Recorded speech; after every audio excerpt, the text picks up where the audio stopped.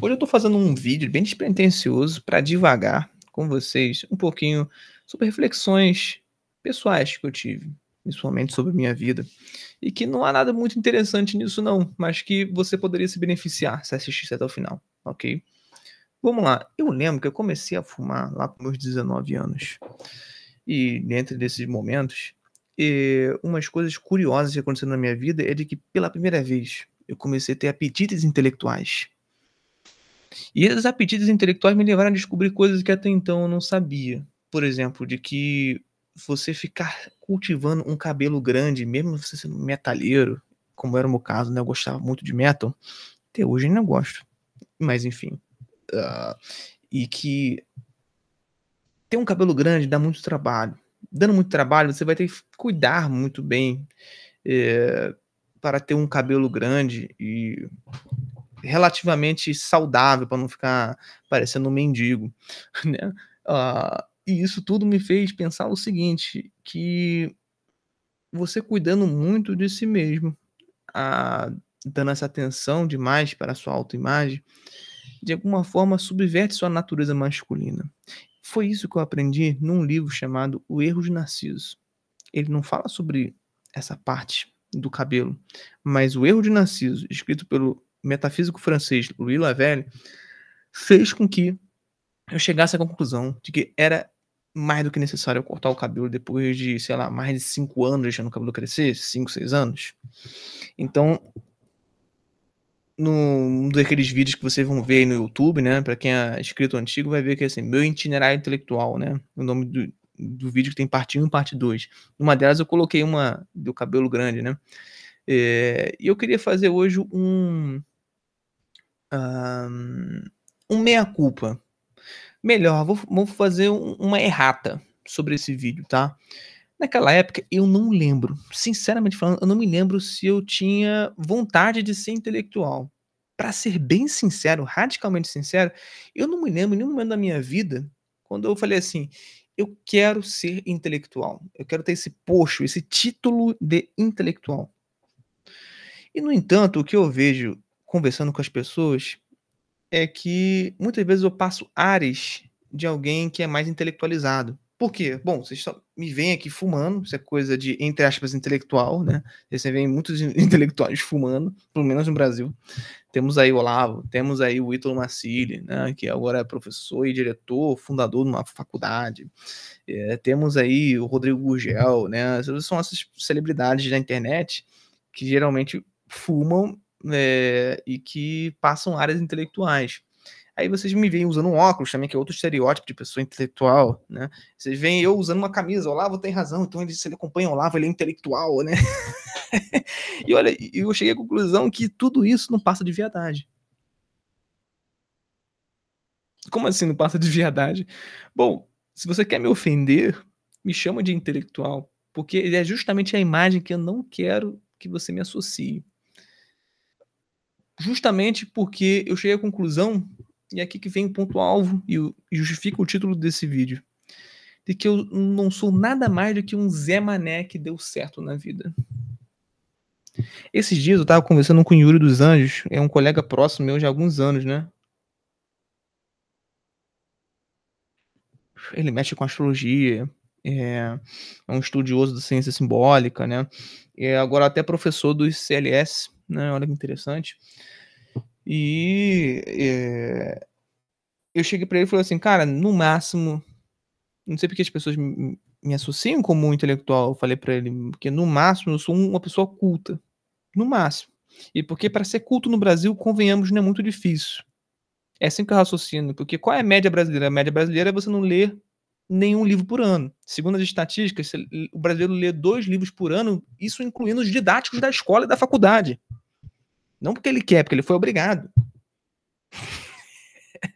Ou seja, o brasileiro não lê porcaria nenhuma. Ele não lê sobre a própria fé, ele não lê sobre a própria moral, ele não lê sobre, sei lá, pedagogia infantil, como educar melhor os filhos, não lê sobre porcaria nenhuma. Ele não quer compreender nada, ele só quer ficar sabendo ficar lá igual o velho do Zap, passando em reels, passando em TikTok, deixando vida levar eu, Zeca Pagodinho.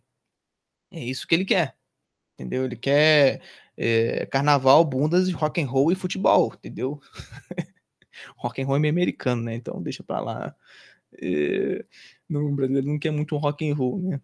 Enfim, o brasileiro acho que é mais pagode, né, mais forró, né, macumba, né, axé.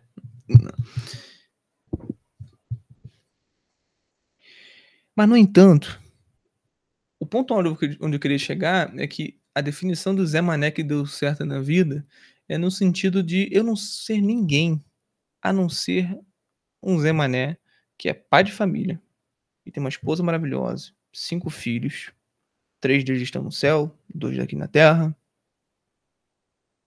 e que tem algum interesse por descobrir algumas coisas da realidade. Essa é a definição mais sincera e genuína que eu encontrei pra mim mesmo. Hoje, com meus 27 anos, eu só devo tudo o que eu tenho a algumas pessoas aqui, e é sobretudo, sem exagero, não é discursinho bonito não, a Deus mesmo. Porque as pessoas que me conhecem de perto sabem que eu sempre fui o tipo de pessoa que foi lesado no ginásio, lesado lá no colegial, né. Eu nunca passei direto, não sei o que é passar direto, em todos os anos, desde o CA até o terceiro ano do ensino médio, sempre fui alguém que nunca passou direto. Então eu sempre fui taxado como burro. Burro pelos professores, burro pelos meus colegas de escola, porque de fato eu era burro, né, assim, não é insulto: "Ah, porque você não passa de ano porque você é burro", não, não é isso não, porque de fato eu era burro, era lerdo, não entendia, não tinha raciocínio rápido igual eles. Eu tive uma vez diagnosticado um QI severamente abaixo da média, isso quando eu tinha 8, 9 anos com uma fonoaudióloga. Então isso é muito real, a palavra que eles me davam de burro, né, porque: "Ah, eu estou com inveja dele porque ele é branco e hétero cis top", né. Entendeu? Pegou umas qualidades que nem é qualidade, né. Que hoje em dia a pessoa trata que a pessoa é branca, então é qualidade, né. Aí se a pessoa é hétero, né, a orientação sexual dela é ser hétero, então é qualidade, né. Aí, mas se você é o oposto disso, você é homossexual, então você é vítima, você merece alguma bolsa, se você é negro, você merece uma cota, enfim. Eles mesmos são os maiores preconceituosos, né, as pessoas que se dizem anti-preconceito, são as primeiras que colocam preconceito nisso, né. Como se ser negro fosse inferior, como se ser nordestino fosse ser inferior, né.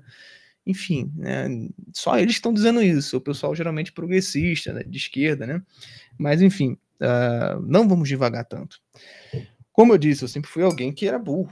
E curiosamente depois do terceiro ano, né, abre parênteses, eu repeti a antiga sétima série, o que hoje é o oitavo ano, repeti o ano. Eh, Simplesmente eu repeti em 4 matérias, se não me engano. E após terminar o terceiro ano do ensino médio, eu curiosamente tive muito interesses intelectuais. Olha que interessante. Então eu comecei a estudar por conta própria muita coisa. E aí entrei no mundo dos livros, de verdade, de cabeça, mergulhei de cabeça. A isso eu devo muito à minha mãe que sempre me incentivou na leitura, olha que curioso. E minha mãe nunca foi uma leitora sincera, assim, engajada, é uma pessoa extremamente dedicada, é a palavra que eu digo, né. Hoje quando se fala de engajado, as pessoas entendem de coisa política, mas não é nesse sentido que eu quis dizer, tá. A minha mãe era o tipo de mulher, é uma coisa que eu pretendo repetir com as minhas filhas, de que nunca negou, pelo menos o que eu lembro, nunca negou pra mim comprar algum livro. E eu nascendo de uma família absolutamente humilde, era uma família que, eu acho que se pode colocar como classe média baixa, porque a gente só tinha muito o necessário, estritamente o necessário. Nunca passamos fome, então acho que isso é classe média baixa, né. Eu imagino. Mas também nunca tivemos nada daquilo que queríamos de verdade, né. Sei lá, eu queria um Big Mac, né, no McDonald's só pra mim, não tem como, porque não tem dinheiro, então não tem como comprar um Big Mac pra cada um, é um Big Mac para os 2, a gente vai dividir, entendeu. Eu e meu irmão. Eu acredito que isso é classe média baixa, né. Se não abaixo de classe média baixa, o que que é? Classe pobre, sei lá, classe baixa, não sei, né. Mas eu acho que não é classe baixa não, enfim, não importa, né. Hã, é curioso que, assim, depois desse tempo, eu tive todos esses interesses por conta da minha mãe, que sempre, de alguma forma, por mais que não tivesse dinheiro, ela depois, quando eu falava pra minha mãe: "Ah, mãe, gostei desse livro aqui", ela ia lá e falava: "Poxa, meu filho, não consigo comprar esse livro". Eu falei: "Não, não tem problema, deixa pra lá". E aí eu me lembro que, ao virar as costas, ela comprava às vezes o livro, parcelava em sei lá quantas vezes. Então a minha mãe é um exemplo de, pelo menos essa parte que eu quero muito repetir com minhas filhas, de, nunca negar, conhecimento. Nunca negar a pessoa de querer buscar um livro, né, buscar algum conhecimento, porque isso de fato muda vidas, como mudou a minha. Foi através dos livros, minha mãe não sabe muito disso, né, que ela não tem muito interesse em conversar sobre isso, né. Hoje eu considero ela uma mulher de poucas palavras, né, não sei se sempre foi, né, parando pra pensar, né, e agora só que eu reparei nisso. Eu também não sou um homem de muitas palavras, né. Mas eu não conversei com ela de que isso mudou minha vida, porque foi através dos livros que eu decidi cortar meu cabelo, lendo aquele livro O Erro de Narciso, do Metafísico Luiz Velho. Foi através dos livros que eu saí do gênero musical obsessivamente do metalcore, heavy metal, rock, né, que eu só ouvia aquilo e achava todos os restos de gêneros musicais desprezíveis, né. Foi através do livro Música, Inteligência e Personalidade, do Dr. Min Dun Hai, que fez eu mudar de concepção. Eu olhei aquilo tudo e falei assim: "Nossa, é irrefutável isso aqui", né. E foi, através daquele livro que eu, com cabelo grande, eu falei assim: "De fato, se eu continuar lendo, se eu continuar só ouvindo rock, como eu gosto, vai baixar meu QI cada vez mais, de modo com que eu vou ficando cada vez mais burro". Então o livro, ele tem essa pegada muito interessante de mudar vidas, né. Foi através dos livros que eu decidi, casar, a ter coragem de verdade, a entender o que é a virtude da amizade com Aristóteles, e por aí vai. E por aí vai, vai, vai, até eu conhecer eu considero um professor da minha vida, acho que isso eu posso dizer até mestre, que é o Olavo, né. Hoje estou usando, né, a camisa dele, né, como eu bem disse para vocês, e, tudo isso as pessoas associam, né, como se eu fosse alguém realmente relevante, né. Pô, por estar seguindo o Olavo, por ler livros. Então, assim, para mim hoje, falar ser intelectual não soa só como uma espécie de frescura, uma viadagem, mas soa também como se eu, Klaus, estivesse falando assim para você: "Não, eu sou humilde. Não tem ninguém mais humilde que eu", né. Isso é uma contradição, vocês conseguem imaginar alguém falando um negócio desse? Falar assim: "Não, meu nome é Cláudio e eu sou humilde". Porque a pessoa que é humilde, ela não se arroga a ser humilde. As atitudes dela já demonstram o que ela é. Mas, ao mesmo tempo, eu vejo isso também no intelectual. Alguém que fica se arrogando de ser intelectual a todo momento. Não, mas não, porque nós temos que ser intelectuais, nós temos que ter uma vida intelectual, que hoje virou um fetiche no Brasil, por causa daquele livro lá, A Vida Intelectual, do Antoni Sertulange, né? Enfim, o brasileiro é foda, né, cara? Tudo que ele pega, ele é Midas às avessas, né?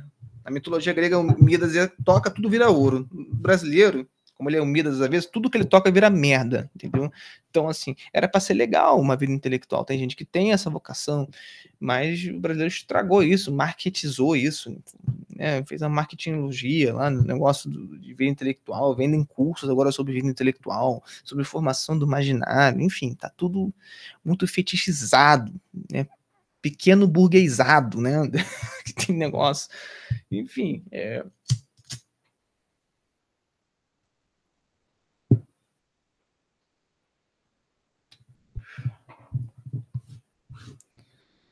hoje, chegando nessa conclusão de alguém que teve todo esse itinerário, sequer eu acho interessante falar que eu sou uma pessoa culta, né? Porque, como eu disse, para ser culto no Brasil não é necessário muito esforço.